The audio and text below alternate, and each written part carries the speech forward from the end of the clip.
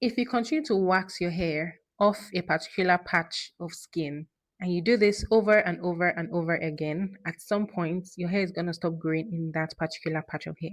For some of you, that's what's happening with your hairline. So let's talk about it. I've come to realize that, with doing the Tresscare challenge that I've been doing for some women, by the way, if you want to come on board, you can just check the link somewhere in the description for how to join the challenge.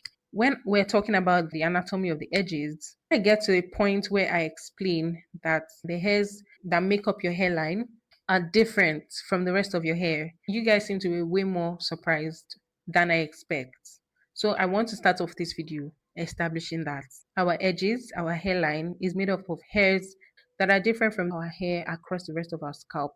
It's like the shoreline of an ocean. And that's why it's also not a straight line, just like the shoreline of an ocean. It ebbs and flows, goes in and out at different points, right? It's supposed to be the transition between your facial skin and your scalp. The same way you're walking on a beach and you want to touch the water, you don't just, the minute you come in contact with the water, instead of going straight deep to the depth of the ocean, you still see some sand, and the sand gradually reduces until you come across just water, right? That's how our hairline also is. Maybe that's why it's called hairline, like shoreline. Anyway, so instead of face, then hair, straight away, right? The hairline serves as some sort of transition point that eases you into the thicker parts of our hair. So it's different. Anatomically, it's different. It's not the same thing. And this is why I think it's because we don't fully know this, like completely in our bones. That's why we tend to treat our hairline and the rest of our hair the same. That's why we tend to treat it the same way. It's because we've been treating it the same way. We expect that whatever the rest of our hair can take, our hairline can also take. That's why there's a pandemic of receding hairline these days. At some point during the challenge, I also get to show you guys pictures of what your scalp looks like under a microscope, or what some part of the follicle looks like under a microscope. And immediately I show you guys, always the reaction I get is clarity on exactly why your hairstyle is pulling out your hairline. Because the delicacy of your edges is, it becomes so evident.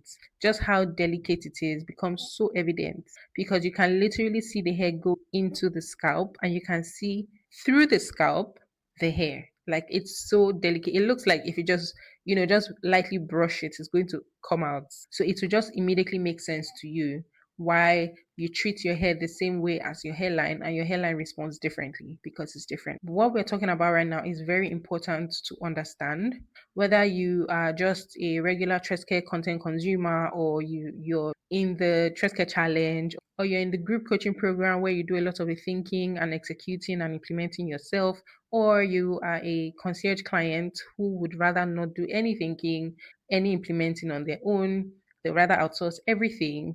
It's still important for you to understand this. Why? Because if you don't, you keep fighting an uphill battle that's completely unnecessary. And you'd end up at your results slower. So that's why this is important, because you end up getting your results faster as well.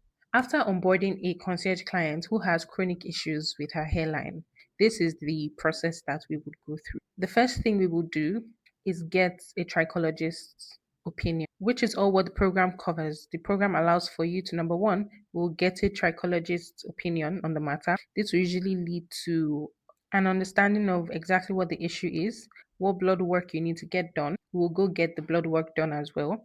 What supplements you need or other medication that you need, we'll get that done before we begin to consider any hair growth boosters. So why don't we just jump straight to the boosters? The reason why we don't do that is because the boosters solve one problem, but your hair loss could be from different sources, right? Your hair loss may not just be a traction issue.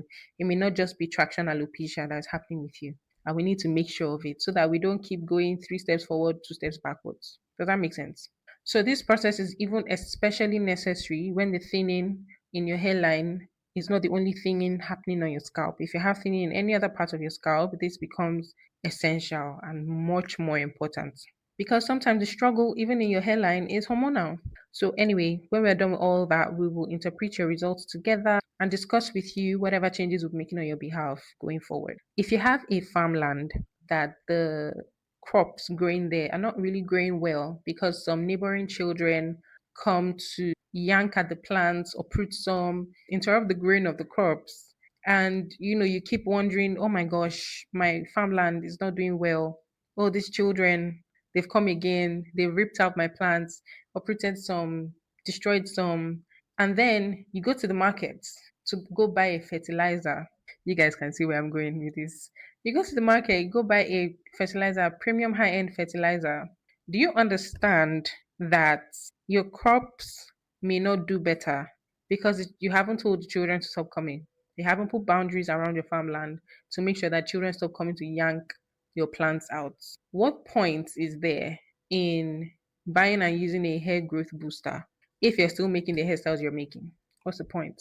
Or if you're diagnosing it wrong, if it's not even children coming onto the farmland, if there's something fundamentally wrong with the soil. So, for example, if the soil is not the proper soil for that particular crop, if it is like concrete, if it is just simply dry concrete, what work do you want the fertilizer to do?